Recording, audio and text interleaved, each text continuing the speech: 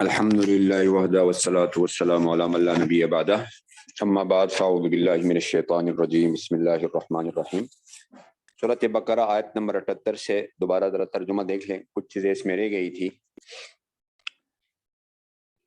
و کے معنی اور، منہم کے معنی ان میں سے، منہم ان میں سے، من کے معنی سے، ہم کے معنی ان، لا یعلمون وہ لوگ نہیں جانتے، الکتاب کتاب، لا یعلمون الکتاب، امیون کے معنی ان پڑھ، لا یعلمون الکتاب وہ لوگ نہیں جانتے کتاب، ومنہم امیون اور بعض ان میں سے ان پڑھ ہے وہ لوگ کتاب نہیں جانتے، لا یعلمون الکتاب، اللہ کے معنی سوائے مگر، امانیہ امیدیں، آرزو تمنا، امانیہ کے معنی تمنا، آرزو خواہش ارمان، وا کے معنی اور، ان کے بعد جب اللہ آ جائے تو اس کے معنی نہیں سے کیے جاتے ہیں، وا کے معنی اور، ان کے معنی نہیں، ہم وہ لوگ، اللہ مگر، یظنون وہ گمان رکھتے ہیں، یظنون وہ گمان رکھتے ہیں،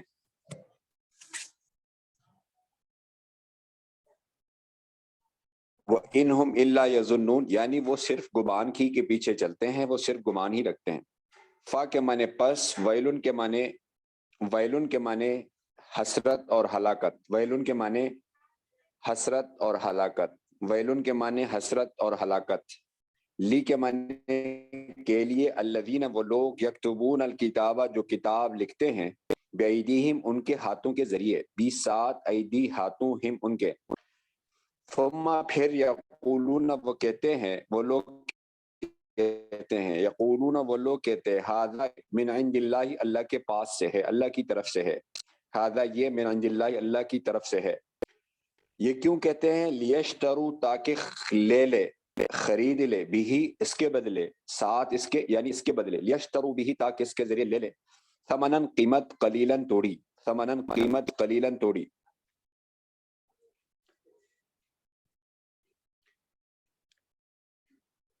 پس ویلن کے معنی پھر آ گیا، ویلن کے معنی ہلاکت اور حسرت، ویلن کے معنی ہلاکت اور حسرت، ویلن کے معنی ہلاکت اور حسرت، لہم ان کے لیے، مما سے جو، کتبت انہوں نے لکھ دیا، کتبت ایدیہم ان کے ہاتھوں نے لکھ دیا، وا کے معنی اور، ویلن کے معنی ہلاکت، تیسری دفعہ آ رہا ہے، لہم ان کے لیے، مما سے جو، یکسبون وہ لوگ کماتے ہیں، وا کے معنی اور، قالو انہوں نے کہا، لن ہرگز نہیں، تمسنا ہمیں چھوئے گا، مس کے معنی چھونا، مس کے معنی یعنی چمڑے کے ساتھ کسی چیز کو ملانا اس طرح کہ جس سے حس بھی متاثر ہو، اس کو مس کہتے ہیں۔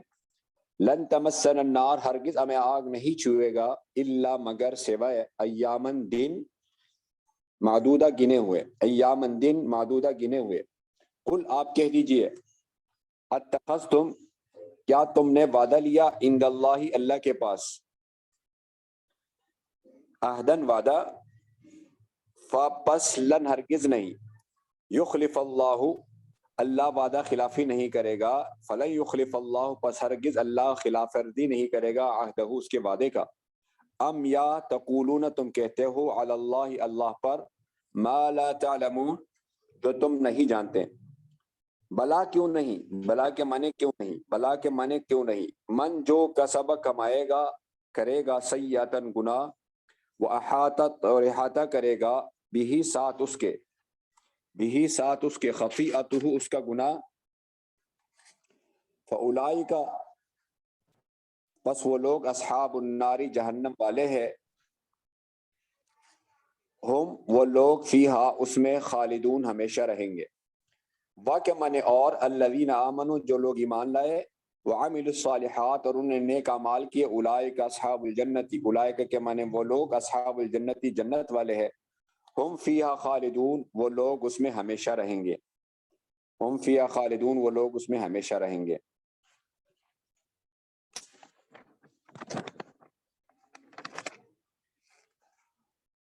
بنی اسرائیل کے اندر، یہودیوں کے اندر 4 طبقات کا ذکر تھا۔ پہلے ان کے علماء تھے جو خود بھی گمراہ ہوئے، دوسروں کو بھی گمراہ کیا، قرآن مجید جیسے کتاب ہے، اور اسی طریقے سے مثال کے طور پر آپ سمجھیں تورات ہے، انجیل ہے، زبور ہے، ان کے احکامات میں تبدیلی کرنا اور اوروں کو بھی وہ مبدل، تحریف شدہ بات بتانا، ان کو بھی تحریف شدہ بات بتانا، ان کو بھی گمراہ کرنے کا ذریعہ بننا، ایک تو ان کے علماء تھے۔ دوسرا طبقہ منافقین کا تھا جس کا ذکر گزرا پچھلے سبق کے اندر، پچھلے درس کے اندر، وَإِذَا لَقُوا الَّذِينَ آمَنُوا قَالُوا آمَنَّا۔ اور تیسرا طبقہ ان کا تھا جو منافقین سے لڑتے تھے، قَالُوا أَتُحَدِّثُونَهُم بِمَا فَتَحَ اللَّهُ عَلَيْكُمْ۔ چوتھا طبقہ ان کے ان پڑھ لوگوں کا جن کا یہاں پر ذکر ہے۔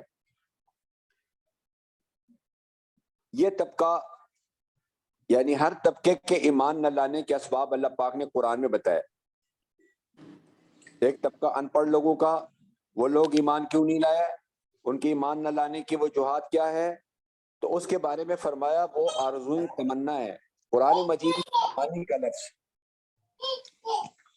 قرآن مجید میں امانی کا لفظ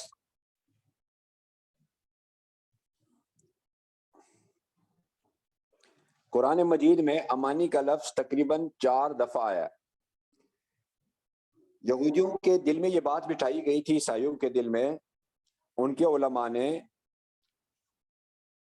کہ وقالو، انہوں نے کہا جنت میں صرف یہودی یا عیسائی جائیں گے۔ سورۃ بقرہ آیت نمبر 111 کے اندر لن يدخل الجنت الا من كان يهودا او نصارى۔ اللہ پاک فرماتے ہیں یہ ان کی امیدیں ارزویں، ارزوں سے کچھ ہوتا نہیں۔ تلک امانیہم، اے نبی جی آپ ان سے کہہ دو کوئی دلیل لاؤ، قل ہاتوا برہانکم، اگر تم سچے ہو، ان کنتم صادقین۔ اور قرآن مجید کے اندر ایک اور آیت کے اندر اللہ پاک فرماتے ہیں نہ تمہاری امیدوں سے کچھ ہوگا، نہ اہل کتاب کی امیدوں سے کچھ ہوگا، ارزوں سے کچھ نہیں ہوتا، خواہشات سے کچھ نہیں ہوتا۔ لیس بامانیکم ولا امانی اہل کتاب، جو بھی برا کام کرے گا اس کو اس کے برے کام کی سزا ملے گا۔ من یعمل سوءا یجز بہ۔ سورۃ حدید کے اندر اللہ پاک نے ارشاد فرمایا ہے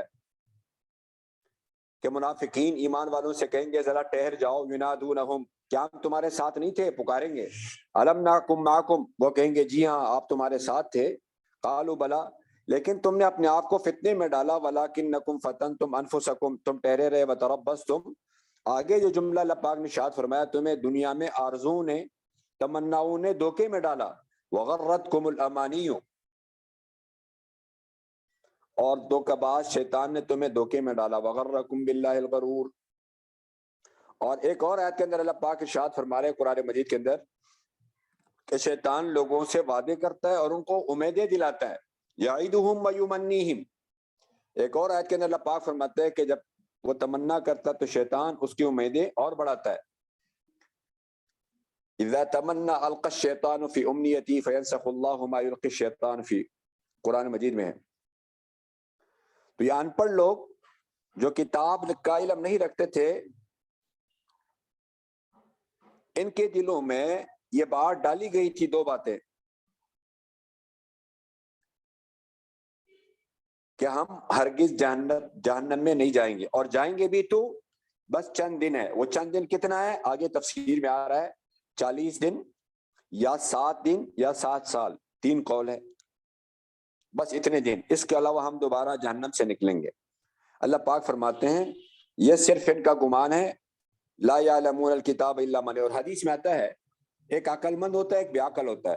عقل مند کی نشانی کیا بتائی حدیث کے اندر اللہ کے رسول صلی اللہ علیہ وسلم نے ارشاد فرمایا کہ عقل مند وہ ہے جو مرنے سے پہلے مرنے کی تیاری کرے، الکیس، جس نے اپنے نفس کو پہچانا، من دان نفسہ، اور مرنے کے بعد تیاری میں لگا، وعمل لما بعد الموت، اور نادان بے وقوف وہ شخص ہے، والعاجز، جو خواہشات کے پیچھے چلتا ہے، جس نے اپنے نفس کو اپنے خواہشات کا تابع بنایا، من اتبع نفسہ ہواہ، اور اللہ پر لمبی لمبی امیدیں باندھ رکھی کہ اللہ غفور رحیم ہے، وتمنى علی اللہ الامانی، یہ بہت بڑا بے عقل ہے۔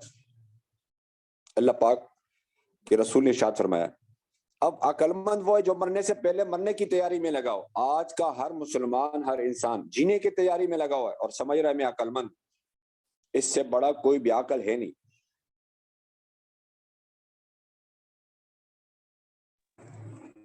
قرآن کی اصطلاح میں عقل مند کون ہے؟ فرمایا قرآن کی اصطلاح میں عقل مند وہ ہے جو اللہ کی بات کو غور سے سنتا ہے، اچھی باتوں پر عمل کرتا ہے، فَيَتَّبِعُونَ أَحْسَنَ، فَبَشِّرْ عِبَادَ الَّذِينَ يَسْتَمِعُونَ الْقَوْلَ فَيَتَّبِعُونَ أَحْسَنَ، یہ ہدایت یافتہ بھی ہے، أُولَٰئِكَ الَّذِينَ هَدَاهُمُ اللَّهُ، اور یہ عقل والے بھی ہے، أُولَٰئِكَ هُمُ الْأَلْبَابُ، ایک اور جگہ اللہ پاک فرماتے ہیں عقل والے کون ہیں؟ لآیات لأولی الالباب، جو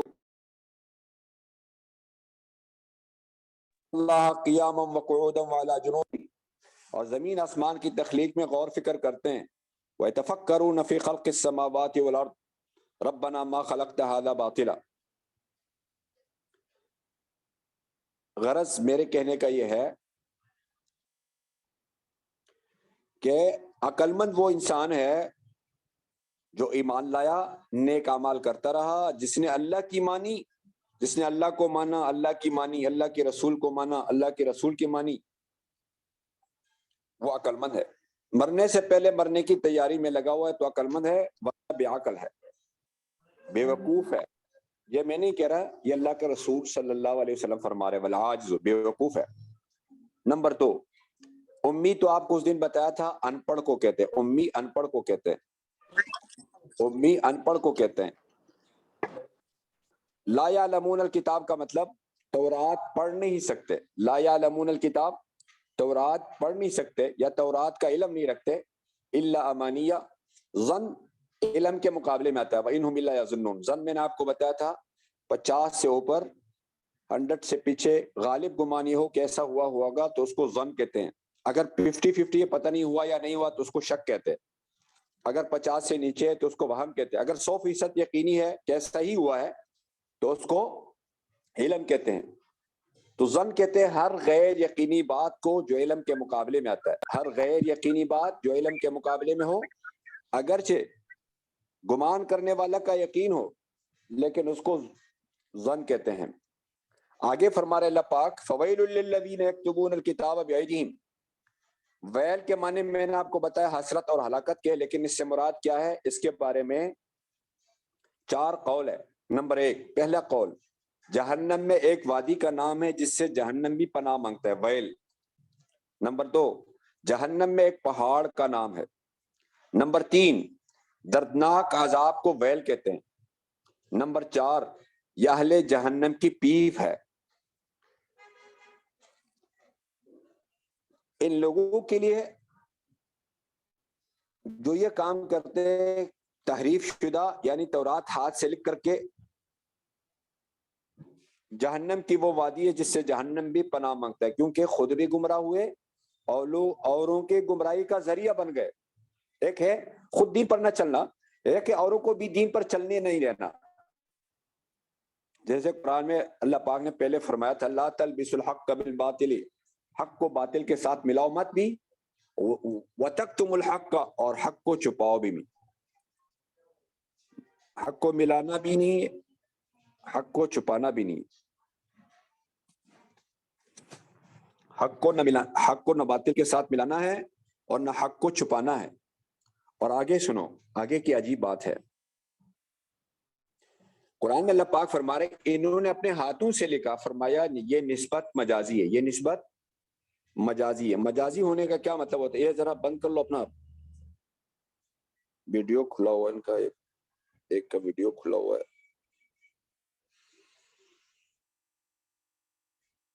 اس کو بند کر لو، کچھ جزاک اللہ۔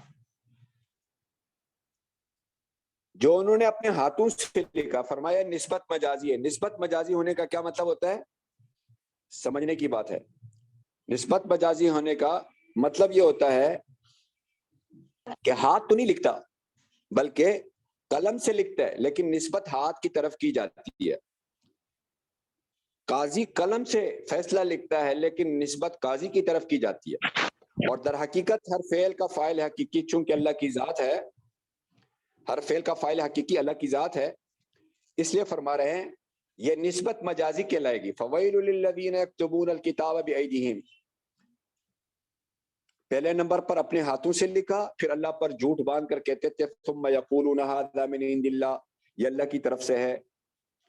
اچھا، صرف ان کا جو مقصود تھا وہ اصلاح نہیں تھا، بلکہ گمراہی کے ساتھ ساتھ ان کا مقصود دنیا میں حب مال اور حب جاہ بھی تھا۔ قرآن میں ہے لیشتروا بہ ثمنا قلیلا، تاکہ اس کے ذریعے تھوڑی قیمت لے لے۔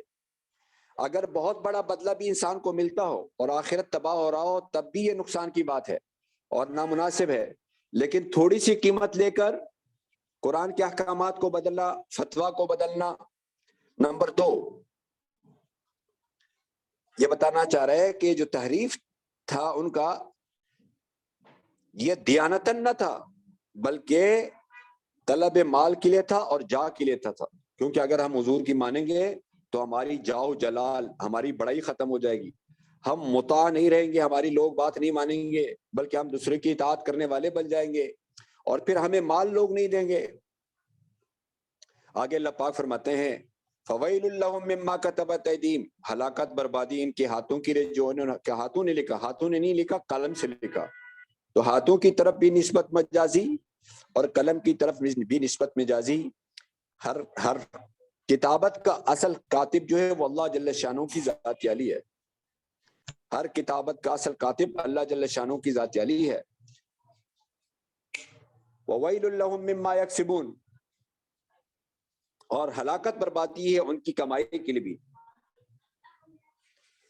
فرمایا اس سے معلوم ہوا کہ ہر وہ باطل کام جس پر مال لینا حرام ہو، حرام ہے اگرچہ آپس کی رضامندی سے ہو۔ ہر وہ مال لینا حرام ہے، ہر باطل کام پر مال لینا حرام ہے اگرچہ آپس کی رضامندی سے ہو، مثلا گانا سنانے پر پیسے دینا وغیرہ وغیرہ۔ ان کی کمائی کس بات پر تھی؟ اس کتابت پر، نمبر 2 اس تحریف پر، نمبر 3 تمام گناہوں پر، نمبر 4 مال پر۔ یہ وویل لہم مما یکسبون سے کیا مراد ہے؟ جو انہوں نے کمایا لکھنے پر یا بدلنے پر یا ہر قسم کی سبق میں بڑی اہم باتیں آ رہی ہے آخر میں، اس کا سننا بہت ضروری ہے، 100% نہیں 1000% ضروری ہے۔ آج کے سبق کے اندر جو آ رہا ہے بڑی اہم باتیں ہیں۔ آگے انہوں نے کہا، جیسے میں پہلے بتا چکا ہوں کہ ہم جہنم میں جائیں گے بھی تو چند دن کے لیے جائیں گے۔ وَقَالُوا لَن تَمَسَّنَا النَّارُ إِلَّا أَيَّامًا مَّعْدُودَةً، ہمیں چند ہی دن آگ چھوئے گی۔ فرمایا مس کہتے ہیں جسم کا کال کو چھونا بغیر کسی حائل کے، بغیر کسی، یعنی جیسے جسم کو ہاتھ لگایا بغیر کپڑے کے، اس کو مس کہتے ہیں۔ تو وہ کہتے تھے کہ چند دن سے مراد کتنے؟ بولا 40 دن جو ہم نے بچڑے کی عبادت کی تھی وہ 40 دن، یا نمبر 2 دنیا کی ساری مدت 7000 سال یہود کہا کرتے تھے 7000 سال کی دنیا ہے، تو ہر سال کے بدلے، ہر 1000 سال کے بدلے 1 سال ہم جہنم میں جائیں گے، یا ہر سال 1000 سال کے بدلے 1 دن جائیں گے، 7 دن یا 7 سال، یہ ان کا کہنا تھا۔ تو اللہ پاک فرما رہے کہ کیا تم نے اللہ سے کوئی وعدہ لیا؟ قُلْ اتَّخَذْتُمْ عِندَ اللَّهِ عَهْدًا، یعنی تم نے کوئی وعدہ نہیں اللہ کے ساتھ کہ اللہ پاک وعدہ خلافی نہیں کریں گے، فَلَن يُخْلِفَ اللَّهُ وَعْدَهُ، یا تم اللہ کے بارے میں وہ باتیں کرتے ہو جو تمہارے علم میں نہیں ہے، أَمْ تَقُولُونَ عَلَى اللَّهِ مَا لَا تَعْلَمُونَ۔ آگے اللہ پاک فرماتے ہیں سنو، من کسب سیئۃ، جو کوئی بھی برائی کرتا ہے، وَأَحَاطَتْ بِهِ خَطِیئَتُهُ، اور اس کا گناہ اس کا احاطہ کر لیتا ہے۔ یہاں 2 چیزیں ہیں یاد رکھنا، یہ میں آپ کو آج سمجھاتا ہوں، ذرا آگے تھوڑا بڑھتے ہیں۔ بلا من کسب سیئۃ، جو کوئی گناہ کرتا ہے، وَأَحَاطَتْ بِهِ خَطِیئَتُهُ، اس کا گناہ اس کا احاطہ کرتا ہے، فَأُولَٰئِکَ أَصْحَابُ النَّارِ، وہ لوگ جہنمی ہیں، ہم فیہا خالدون، وہ ہمیشہ ہمیشہ اس میں رہیں گے۔ سوال یہ ہوتا ہے کہ کیا گناہ کبیرہ کا مرتکب کرنے والا ہمیشہ جہنم میں رہے گا؟ کیا کوئی گناہ کبیرہ کا مرتکب، مثلا زنا کرنے والا، چوری کرنے والا، والدین کا نافرمان، ہمیشہ جہنم میں رہے گا؟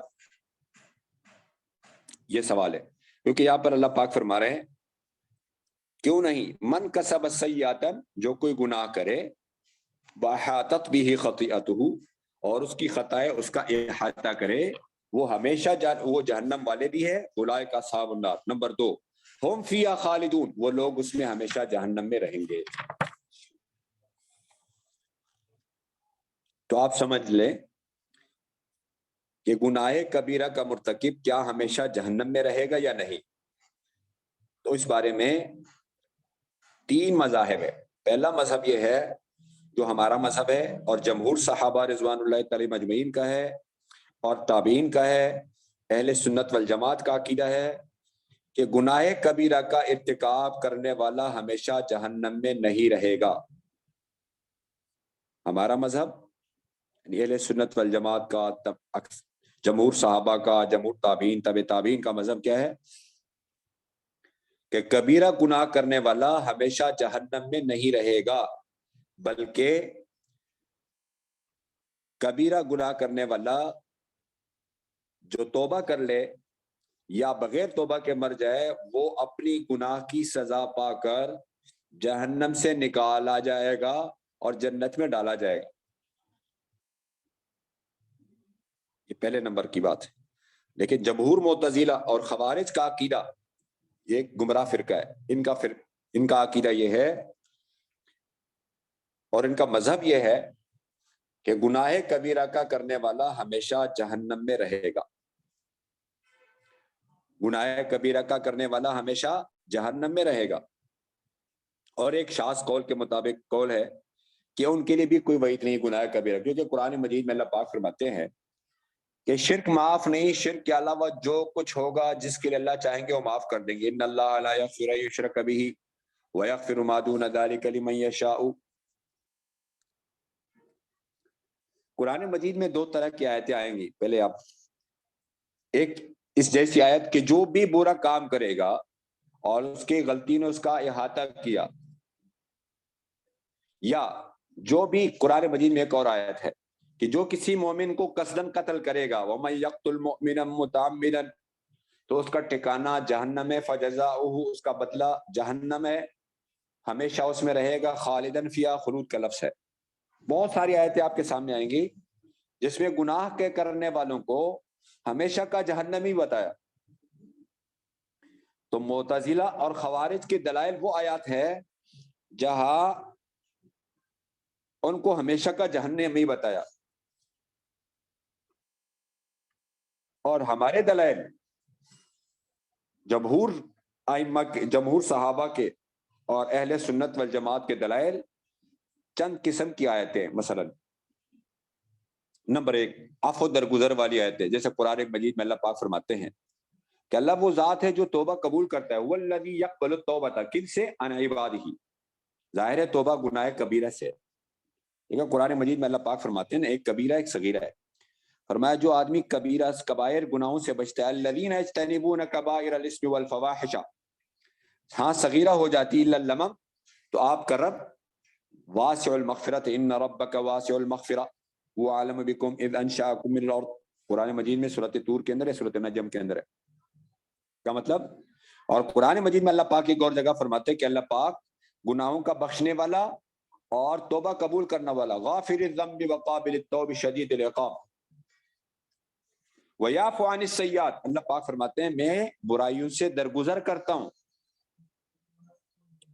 ایک اور آیت میں اللہ پاک فرماتے ہیں درگزر کرنے والی آیت کہ جو مصیبتیں تم پر آتی تمہاری اعمال کی وجہ سے، ما اصابکم من مصیبۃ فبما کسبت ایدیکم، آگے اللہ پاک فرماتے ہیں میں درگزر کرتا ہوں بہت سارے گناہوں سے، ویعفو عن کثیر، ویعفو عن کثیر۔ ایک اور آیت کے اندر اللہ پاک فرماتے ہیں ان کی بدعملیوں کی وجہ سے وہ ہلاک کیے جائے، او یوبقہن بما کسبوا، لیکن اللہ پاک تو بہت سارے گناہوں سے درگزر کر دیتا ہے، ویعفو عن کثیر۔ تو نمبر 1 عفو درگزر والی آیتیں ہماری دلیل ہے کہ عفو درگزر اللہ پاک نے فرمایا، اور اللہ پاک عفو ہے، عفو درگزر کرنا ہوگا، اللہم انک عفو کریم تحب العفو فاعف عنا۔ تو عفو درگزر والی جتنی آیتیں ہیں وہ اس بات کی دلیل ہے کہ اللہ پاک کبیرہ گناہوں کو بھی معاف فرماتے ہیں۔ اور قرآن مجید میں ایک مغفرت والی آیتیں ہیں قرآن مجید میں، جیسے غافر الذنب، جیسے کہ وربک الغفور ذو الرحمہ، جیسے کہ قرآن میں اللہ پاک فرماتے ہیں وانی لغفار لمن تاب، جو توبہ کرتا ہے میں اس کی مغفرت کرتا ہوں۔ آپ کا رب بڑا غفور ہے، وربک الغفور انہ کان غفارا، وہ تو بہت زیادہ بار بار بخشنے والا ہے۔ اور ایک اور آیت میں اللہ پاک فرماتے ہیں قرآن مجید میں، فَقُلْتُ اسْتَغْفِرُوا رَبَّكُمْ إِنَّهُ كَانَ غَفَّارًا، بڑا بخشنے والا ہے۔ تو مغفرت کی جتنی آیتیں ہیں وہ اس بات کی دلیل ہے کہ اللہ پاک کبیرہ گناہوں والوں کو بھی معاف کر دیتا ہے۔ اور مغفرت کا مطلب یہ ہوتا ہے کہ اس آدمی کو آپ معاف کر لے جو سزا کا مستحق ہوتا ہے، جس کو سزا دینا اچھا لگتا ہو۔ اور اللہ پاک ایک اور جگہ فرماتے ہیں کہ شرک کے علاوہ سب گناہ معاف، لمن یشاء ویغفر ما دون ذلک لمن یشاء، یہ عام ہے۔ ایک اور آیت میں اللہ پاک فرماتے ہیں کہ حسنات برائیوں کو لی جاتی ہے، ان الحسنات یذہبن السیئات۔ تو رحمت والی آیتیں، مغفرت والی آیتیں، عفو درگزر والی آیتیں، شرک کے علاوہ سب معاف، اور اچھائیاں برائیوں کو لے جاتی ہے۔ جس سے جتنی آیتیں ہیں، نکفر عنکم سیئاتکم، قرآن مجید میں وکفر عنا سیئاتنا دعا ہے، یہ اس بات کی دلیل ہے کہ اللہ پاک کبیرہ گناہ والوں کے گناہوں کو معاف فرما کر، اپنے فضل سے معاف فرما کر جنت میں فوراً داخل کر دے، یا اپنے گناہوں کی سزا دلا کر پھر جہنم سے نکالے۔ ہمارا مذہب یہی ہے کہ گناہ کبیرہ کرنے والا ہمیشہ جہنم میں نہیں جائے گا، ہمیشہ جہنم میں نہیں رہے گا، بلکہ ایک نہ ایک دن اپنی گناہوں کی سزا پانے کے بعد، ملنے کے بعد، وہ جہنم سے نکل کر کے جنت میں جائے گا۔ معتزلہ اور خوارج جو ایک گمراہ فرقہ ہے، ان کا یہ عقیدہ ہے کہ گناہ کبیرہ کا کرنے والا ہمیشہ جہنم میں رہے گا۔ آگے ہماری دلیل بھی یہ ہے کہ حضور صلی اللہ علیہ وسلم نے فرمایا میری شفاعت شفاعتی میری امت کے کبیرہ گناہوں والوں کے لیے، اور اسی طرح حافظ کی شفاعت، قرآن پڑھنے والے کی شفاعت، شہید کی شفاعت وغیرہ وغیرہ۔ اور قرآن مجید میں اللہ پاک فرماتے ہیں کہ اللہ پاک تو تمام گناہوں کو معاف کر دیتا ہے۔ قل یا عبادی الذین اسرفوا علی انفسہم، اللہ کی رحمت سے نا امید نہ ہونا، لا تقنطوا من رحمت اللہ، کیوں؟ اللہ پاک سارے گناہوں کو معاف کر دیتے ہیں۔ ان اللہ یغفر الذنوب جميعا، قرآن مجید میں جگہ جگہ توبہ کرنے کی طرف، جیسے ہمارا پہلے گزر چکا درس میں فتوبوا الی بارئکم، 100 کے قاتل کو اللہ نے معاف کر دیا حدیثوں میں۔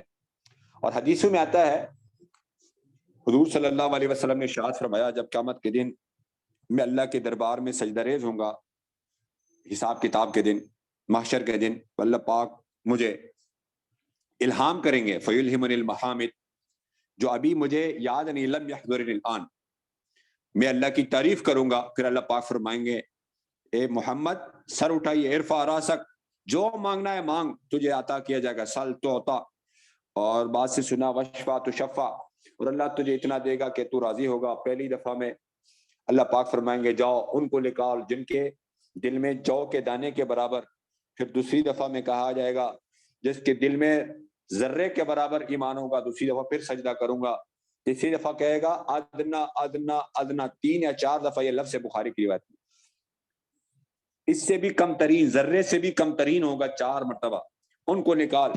چوتھی دفعہ اللہ پاک فرمائیں گے میری عزت اور میری جلال کی قسم، میں ضرور بضرور ہر اس شخص کو نکالوں گا جس نے زندگی میں ایک دفعہ بھی کلمہ پڑھا ہوگا۔ یہ حدیث میں آتا ہے من قال لا الہ الا اللہ دخل الجنہ، من علم انہ لا الہ الا اللہ دخل، جس نے لا الہ الا اللہ کہا وہ جنت میں جائے گا، چاہے وہ کتنا ہی گناہگار ہو۔ آگے نمبر 2 یہ سمجھنے کی بات ہے، ایک قرآن مجید میں گناہ کے لیے کئی لفظ استعمال ہوئے ہیں۔ آگے ایک اور اہم بات بھی آ رہی ہے اس کے بعد، وہ بات یہ ہے کہ ایمان کس سے کہتے ہیں، وہ تو پہلے ہم پڑھ چکے ہیں۔ نمبر 2 ایمان میں کمی زیادتی ہوتی یا نہیں ہے، ایمان بسیط ہے یا مرکب ہے۔ نمبر 3 عمل ایمان کا حصہ ہے یا نہیں۔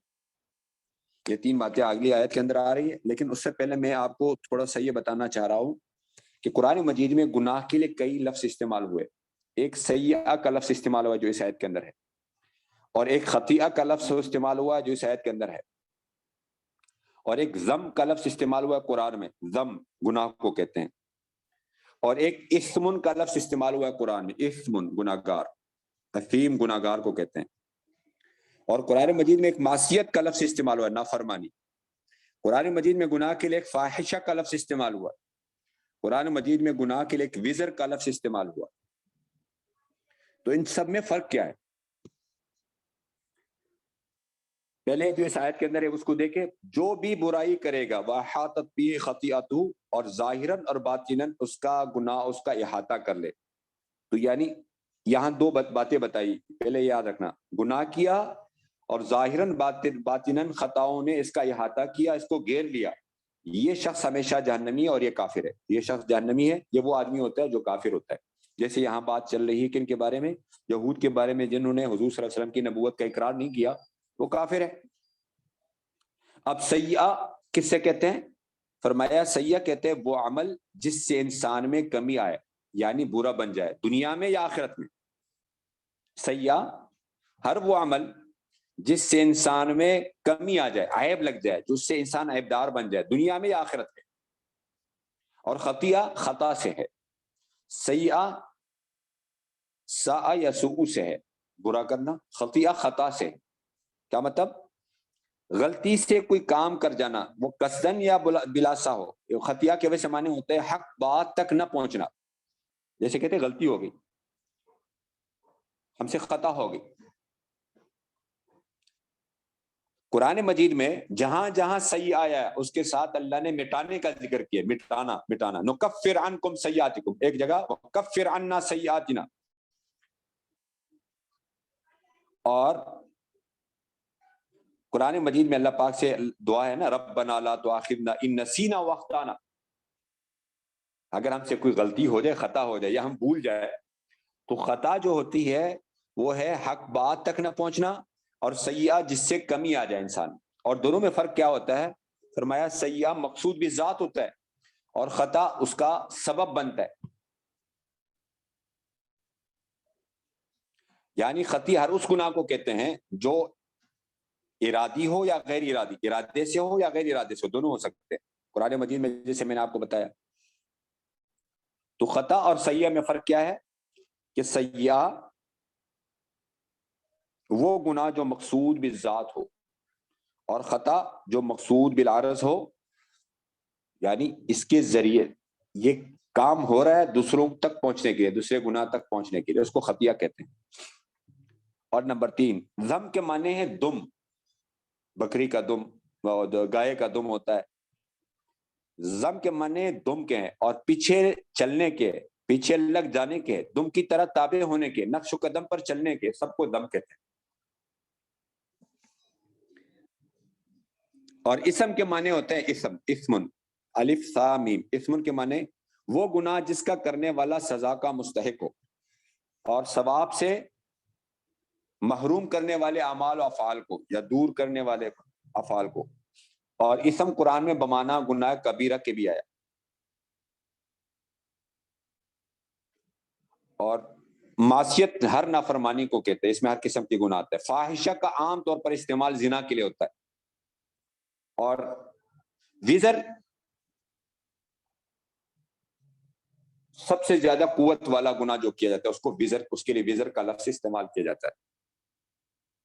اس کے لیے وزر کا لفظ استعمال کیا جاتا ہے، سب سے زیادہ طاقت والے گناہ. یہ فرمایا جس نے کوئی گناہ کیا، بلا من کسب سیئہ، اور اس کی گناہ نے اس کا احاطہ کیا، وحاطت بہ خطیئتہ، یہ سارے جہنم والے ہیں. فاولئک اصحاب النار، وہ لوگ ہمیشہ اس میں رہیں گے. خلود کے معنی میں نے بتایا ایک حالت پر رہنا، ہم فیہا خالدون. والذین آمنوا وعملوا الصالحات،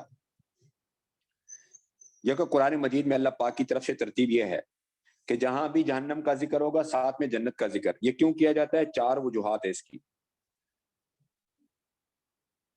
بلکہ 3 وجوہات ہیں. نمبر 1، اللہ تعالیٰ کی طرف سے عدل ہے کہ جو کفر پر ہمیشہ رہیں گے وہ ہمیشہ جہنم میں جلیں گے، اور جو ایمان پر ہمیشہ رہیں گے وہ ہمیشہ جنت میں جلیں گے. عدل انصاف. ماننے والوں کے لیے ہمیشہ کی جنت، نہ ماننے والوں کے لیے ہمیشہ کی جہنم. یعنی ایمان اور کافر کی بات ہو رہی ہے.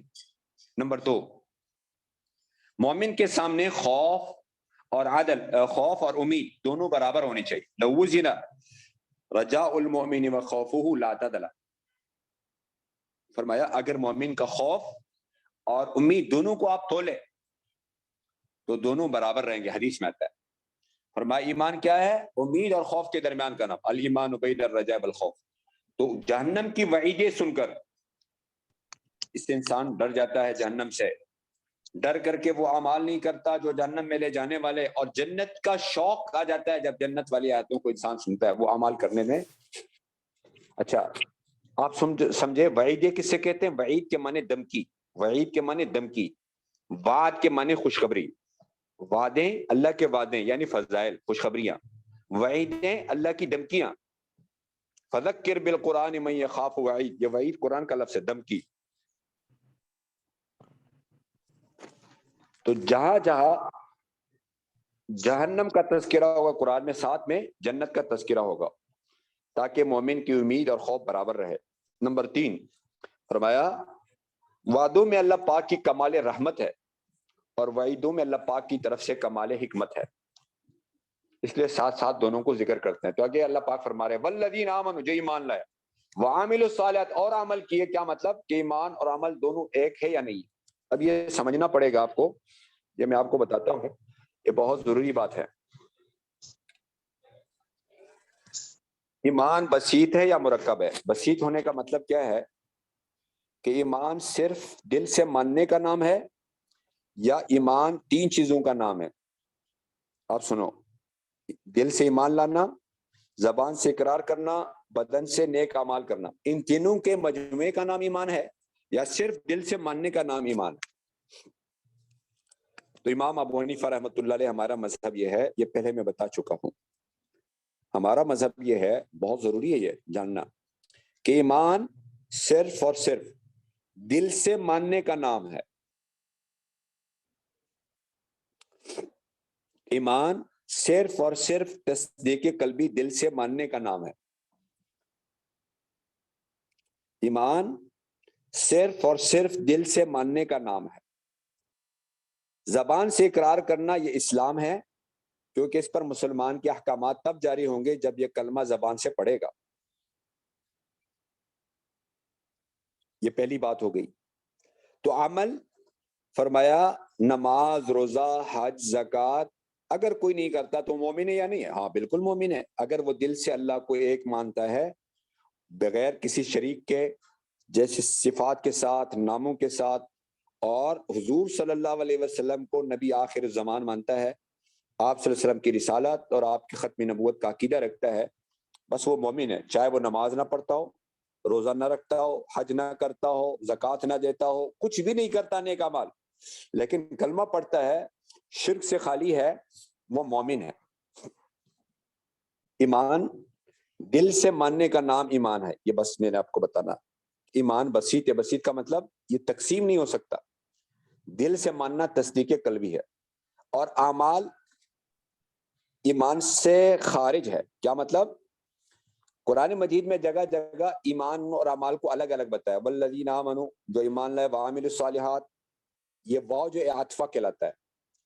فرمایا عمل کو ایمان پر عطف کرنے سے معلوم ہوتا ہے کہ عمل اور ہے، ایمان اور ہے، بس یہ بات آپ اتنی سمجھ لو۔ نمبر 2 دوسرا سوال، یہ تو میں نے آپ کو سمجھا دیا، انشاءاللہ جب ہمارا درس قرآن، درس حدیث، درس بخاری ہوگا، اس میں سب سے پہلے کتاب الایمان آتا ہے، اس میں اس کی پوری تفصیل بتائیں گے، کتنے فرقے گزرے ہیں، ہر فرقے نے کیا کیا کہا ایمان کے بارے میں، یہ ہمارے علم میں ہونا چاہیے، بہت ضروری ہے۔ نمبر 2 اعمال جتنے بھی ہیں یہ ایمان کے اجزائے مکملہ ہے، اجزائے مقومہ نہیں، ڈھانچے میں داخل نہیں ہے کہ ایمان یہ چیزیں مل کر ایمان بنتے ہیں، نہیں، ایمان صرف دل سے ماننے کا نام ہے، اور اس کی تکمیل جو ہوگی، وہ جو خوبصورت بنے گا، وہ ان اعمال کے پورا کرنے سے مکمل ہوگا۔ اجزائے مکملہ ہے، اجزائے مقومہ نہیں۔ اعمال ایمان کے اجزائے مکملہ ہے، اجزائے مقومہ نہیں ہے۔ جیسے مثال میں بتاتا ہوں، روح ہے نا، روح، یہ انسان کے اندر جو روح گم رہا ہے، زبان بول رہی ہے، کان سن رہا ہے، ہاتھ پکڑ رہے، پاؤں چل رہے، یہ جو اعضاء و جوارح ہے، یہ جو چل رہے پھر رہے، یہ روح کے اللہ کے حکم کی وجہ سے۔ اب اگر ایک انسان میں میری طرح، آپ کی طرح، اس کے ہاتھ بھی کام کر رہے ہیں، پاؤں بھی کام کر رہے ہیں، کان بھی کام کر رہے ہیں، تو اس کو بھی انسان کہتے ہیں۔ لیکن ایک وہ انسان ہوتا ہے جو ہاتھوں سے شل ہوتا ہے، پاؤں سے شل ہے، آنکھوں سے نابینا ہے، کانوں سے بہرا ہے، زبان سے گونگا ہے، لیکن روح ہے، ہم اس کو بھی انسان کہیں گے، اس کو بھی زندہ کہیں گے۔ کیوں؟ روح ہے، جب تک روح ہے وہ زندہ ہے، وہ ایک انسان ہے۔ حالانکہ وہ کان سے سن نہیں سکتا، لیکن اس کو بھی لوگ انسان کہتے ہیں، بہرا انسان ہے، زبان سے بول نہیں سکتا، اس کو بھی گنگا کہتے ہیں، آنکھوں سے دیکھ نہیں سکتا اس کو۔ اس طرح مثال ہے کہ ایک وہ آدمی ہے جس کے سارے اعمال ہیں، نماز، روزہ، حج، زکوٰۃ، تلاوت، ذکر، دعا، سارے اعمال ہے، وہ بھی مومن ہے، اور وہ بھی مومن ہے جو نہ نماز، نہ روزہ، نہ حج، لیکن اللہ کو ایک مانتا ہے اور حضور صلی اللہ علیہ وسلم کو نبی آخر الزمان تسلیم کرتا ہے، وہ بھی مومن ہے۔ ہم اس کو ایمان سے نہیں نکالتے ہیں، اسلام سے نہیں نکالتے کہ تو نماز نہیں پڑھتا، چل تو فارغ ہے۔ امام آدم ابو حنیفہ رحمۃ اللہ علیہ سے قربان جاؤں، کیا فرماتے ہیں کہ اگر ایک آدمی میں، یہ یاد رکھنا یہ جملہ، اگر ایک آدمی میں 99% غیر اسلامی باتیں ہو اور 1% بھی اسلام کی بات ہو، تو ہم اس کو اسلام سے نکالیں گے نہیں، ہم اس کو پھر بھی مسلمان کہیں گے، کیونکہ حضور صلی اللہ علیہ وسلم دنیا میں لوگوں کو اسلام میں داخل کرنے آیا، نہ کہ کفر کے فتوے لگا کر اسلام سے خارج کرنے آیا۔ ہم لوگوں کو اسلام سے نکالنا نہیں چاہتے، بلکہ اسلام میں داخل کرنا چاہتے ہیں۔ تو پہلی بات، ایمان بسیط ہے۔ دوسری بات، اعمال، نماز، روزہ، حج، زکوٰۃ، یہ ایمان کی اجزاء مکملہ ہے، مقومہ نہیں۔ تیسری بات، ایمان بڑھتا ہے، گھٹتا ہے، ایمان کمزور تکڑا ہوتا ہے؟ نہیں، ہرگز نہیں، ایمان نہیں بڑھتا، البتہ نوری ایمان بڑھتا ہے۔ ایمان بڑھتا گھٹتا ہے؟ نہیں، ایمان نہ بڑھتا ہے نہ گھٹتا ہے، ایمان کا نور بڑھتا گھٹتا ہے۔ ایمان بڑھتا گھٹتا ہے؟ نہیں، ایمان کا نور گھٹتا بڑھتا ہے۔ یا مومن بھی کے اعتبار سے ایمان بڑھتا ہے۔ قرآن مجید میں، احادیث میں جہاں ایمان کے بڑھنے کا ذکر ہے، اس سے مراد علماء نے بتایا کیا ہے کہ نوری ایمان بڑھتا گھٹتا ہے یا مومن بھی کے اعتبار سے بڑھتا ہے۔ کیا مطلب مومن بھی کے؟ مومن بھی کا مطلب یہ کہ آپ کو ایک آیت کا علم ہوا تو آپ کو ایک آیت پر ایمان ہے، آپ کو 2 آیتوں کا علم ہوا تو اب آپ کے ایمان ترقی کر گیا، 2 آیتوں پر ایمان ہو گیا۔ آپ کو 6000 سے زیادہ آیتوں پر ایمان ہوا تو آپ کو ایمان تو بہت زیادہ ہو گیا۔ کئی لاکھ حدیثوں پر آپ کو ایمان ہوا تو آپ کا ایمان اور زیادہ، جتنا حدیثیں آپ پڑھتے جائیں گے، سنتے جائیں گے، آپ کا ایمان بڑھتا جائے گا۔ کیا مطلب؟ کہ آپ کے معلومات کے اعتبار سے آپ کے ایمان میں اضافہ ہو رہا ہے۔ مومن بھی کا مطلب جس پر ایمان لایا جا رہا ہے۔ پہلے آپ کا ایک آیت پر ایمان تھا، جیسے شروع میں صحابہ چند آیتیں اتر گئی، پھر آہستہ آہستہ 23 سال میں قرآن مکمل ہوا، تو پہلے ایک آیت پر، پھر 10 آیتوں پر، پھر 20 آیتوں پر ایمان تھا، تو مومن بھی اس کو کہتے ہیں۔ یہ 20 آیتیں مومن بھی کہلاتے ہیں، جس پر ایمان لایا جا رہا ہے۔ تو 3 باتیں ہو گئی۔ نمبر 1، ایمان بسیط ہے۔ نمبر 2، اعمال، افعال، یہ اعمال صالحہ ایمان کا سے خارج ہے، اجزاء مکملہ ہے، مقومہ نہیں۔ نمبر 3، ایمان کا نور بڑھتا رہتا ہے، ربنا اتمم لنا نورنا، کیونکہ ہدایت ایک نور ہے، جیسے ہم نے پڑھا یسعی نورہم بین ایدیہم وبایمانہم والذین آمنوا وعملوا الصالحات، اور جو لوگ ایمان لائے اور انہوں نے نیک اعمال کیے، اولئک اصحاب الجنتی، وہ جنت والے ہیں۔ اس سے تو یہ معلوم ہوتا ہے کہ جنت میں صرف وہ لوگ جائیں گے جو ایمان اعمال کریں گے، اس کے علاوہ کوئی جنت میں نہیں جا سکتے حصر کے ساتھ۔ ہاں البتہ آپ یہ کہیں کہ جنت کے مستحق یہ لوگ ہیں، البتہ اللہ پاک اپنے فضل سے جس کو جنت میں داخل کریں گے وہ اس میں داخل نہیں، وہ اس آیت میں داخل نہیں ہے۔ اس آیت سے یہ معلوم ہوا کہ جنت میں صرف وہ لوگ جائیں گے جو ایمان اعمال کریں گے، اس کے علاوہ کوئی نہیں جائے گا۔ نہیں، اس کے علاوہ بھی لوگ جائیں گے، وہ اللہ کے فضل، اللہ کے احسان سے مستحق کے لوگ ہوں گے۔ حضور صلی اللہ علیہ وسلم نے تو یہاں تک بتایا کہ کوئی بھی جنت میں اپنے عمل سے نہیں جا سکتا۔ لن يدخل الجنۃ احدکم بعملہ الجنہ، لن يدخل احدکم بعملہ الجنہ، ہرگز تم میں سے کوئی جنت میں اس کے عمل کی وجہ سے نہیں جائے گا۔ صحابہ نے پوچھا آپ بھی؟ بولا انت یا رسول اللہ، آپ نے فرمایا میں بھی، مگر یہ کہ اللہ پاک مجھے اپنی رحمت سے لے جائے، الا یتغمدنی اللہ برحمت من وفضل۔ اسی وجہ سے علماء فرماتے ہیں جہنم میں بھیجنا اللہ کا عدل ہے اور جنت میں بھیجنا یہ اللہ کا فضل، اللہ کا کرم ہے۔ تو فرمایا اللہ پاک سے اپنا فضل مانگے، اللہ پاک سے۔ اور اسے قرآن میں جگہ جگہ اللہ نے بتایا کہ جنت جو ملے گا تقوی کی بنیاد پر، تقوی ایک عمل ہے، تلک الجنت التی نورث من عبادنا من کان تقیا، اور جنت عمل کی بنیاد پر ملتا ہے، یعنی اللہ پاک کا قانون ہے تلک الجنت التی اورثتموها بما کنتم تعملون، اور عمل جتنا کرو گے اسی کے بقدر درجے ملیں گے، وَلِكُلٍّ دَرَجَاتٌ مِّمَّا عَمِلُوا، قرآن میں۔ اور قرآن مجید میں ہے کہ قرآن مجید میں اللہ پاک فرماتے ہیں کہ جس کا عمل میں قبول کر لیتا ہوں میں اس کو اپنے ہاتھ سے شراب پلاتا ہوں نا. کسی کو فرشتے شراب پلائیں گے, کسی کو غلمان شراب پلائیں گے, کسی کو اللہ پاک اپنے ہاتھوں سے ان ھذا کان لکم جزاء وکان سعیکم مشکورا وسقاہم ربہم شرابا طہورا. ان ھذا سورۃ الدہر کے اندر, سورۃ انسان کے اندر اللہ پاک نے بتایا, یعنی جیسے علامہ اقبال کا ایک شعر ہے, یہ خاکی اپنی فطرت میں نہ نوری ہے نہ ناری ہے. عمل سے زندگی بنتی ہے, جنت بھی جہنم بھی. دنیا کی زندگی کا مطلب یہ, دنیا بھی اسی طرح عمل سے دنیا جنت بھی بنتی ہے, جہنم بھی, آخرت بھی, کامل بھی, آخرت کی زندگی بھی. عمل سے زندگی بنتی ہے, جہنم بھی. یہ خاکی اپنی فطرت میں نہ نوری ہے نہ ناری. تو غرض میرے کہنے کا یہ ہے کہ ایمان کا تعلق دل سے اور نیک اعمال کا تعلق بدن سے. ایمان کا تعلق دل سے ایمان ہے, اور اعمال صالحہ کا تعلق بدن سے اسلام ہے.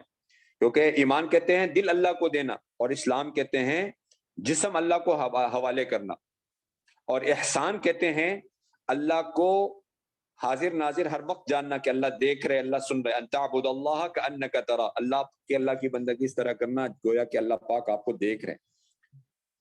تو اس لیے میں بھی نیت کرتا ہوں کہ انشاءاللہ اپنی ایمان اعمال کو ٹھیک کرنے کی, اپنے ایمان اور اعمال کو ٹھیک کرنے کی. آپ سب حضرات بھی نیت کر لیں انشاءاللہ. آج تو میرے خیال میں 11 تاریخ ہے, اگلا جو بدھ آ رہا ہے وہ نہیں, اس سے اگلے بدھ کو انشاءاللہ امتحان ہوگا آدھے پارے کا. اس اگلے آنے والے بدھ کو نہیں, اس سے جو اگلا بدھ ہوگا. آپ 14 دن آپ کو دیے جا رہے ہیں تیاری کے لیے. آپ حضرات موٹی موٹی باتیں کچھ پوچھی جائے گی, اور اس کے علاوہ آپ حضرات سے انشاءاللہ اکثر جو 2 سوالات 3 سوالات ہوں گے وہ ترجمے سے متعلق ہوں گے. 40 نمبر تو آپ کو معلوم ہے امتحان میں شرکت والے کو میں دے دیتا ہوں, لیکن پچھلی دفعہ 70 نمبر میں نے دیے سب کو. اس دفعہ تھوڑا سا نمبر کم کر دیتے ہیں, 50 نمبر آپ کے ہیں, باقی جو 50 نمبر کے بعد ہے وہ آپ نے پاس کرنا ہے, زیادہ سے زیادہ نمبر لینے کی کوشش کرنا ہے. اور جو اس دفعہ انشاءاللہ امتحان میں پہلے دوسرے تیسرے پوزیشن پر آئیں گے ان کو انشاءاللہ انعام بھی دیا جائے گا اللہ نے چاہا. تو میری بھی نیت ہے اپنی ذات کے اعتبار سے اپنے ایمان عمل کو بنانے کی. اصل تو امتحان آخرت کے امتحان کی تیاری ہے. یہ کیا امتحان ہوگا, آدھے پارے کا امتحان, اس میں پاس ہونا فیل ہونا. جو فیل ہو جائے نا وہ بھی پاس ہے, کیونکہ اللہ کے ہاں اصل کیا ہے, یہ الفاظ یاد کرنا اصل نہیں, عمل کرنا اصل ہے. علم اصل نہیں, عمل اصل ہے. لیکن علم ذریعہ عمل کا, اگر بغیر علم کے عمل کرو گے پھر بھی جہنم ہے, اور اگر علم و عمل نہ ہو پھر بھی جہنم ہے. اگر علم عمل دونوں ہو, ایمان یقین نہ ہو پھر بھی جہنم ہے, اخلاص نہ ہو. اس لیے سب چیزوں کی فکر کرنی, علم بھی حاصل کرنا ہے, عمل بھی کرنا ہے, اور اپنے اندر اخلاص بھی لانا ہے, اپنے ایمان یقین کو بھی بنانا ہے. تو اس کے لیے درخواست ہے کہ انشاءاللہ آپ حضرات تیاری کر لیں, اور میں انشاءاللہ کوشش کرتا ہوں کہ آدھے پارے کے سارا ترجمہ آپ کو سینڈ بھی کر دوں, اور ہمارا زیادہ تر جو ہے توجہ جو ہے وہ ترجمے پہ ہو, ترجمہ یاد کرنے پر ہو. تفسیر تو چلتا رہے گا انشاءاللہ, اور اس کے بعد انشاءاللہ پھر ہم سوچیں گے اسی مہینے شروع کرنا یا اگلے مہینے انشاءاللہ درس قرآن اور درس حدیث. ایک دن درس حدیث ہوگا اور ایک دن درس قرآن ہوگا. اللہ پاک ہم سب کو جو کچھ کہا سنا اس پر عمل کرنے کی توفیق عطا فرمائے, دوسروں تک پہنچانے کی توفیق عطا فرمائے, اور اللہ پاک ہمیں اپنی رضا اخلاص نصیب فرمائے. سبحان ربک رب العزۃ عما یصفون وسلام علی المرسلین والحمد للہ رب العالمین.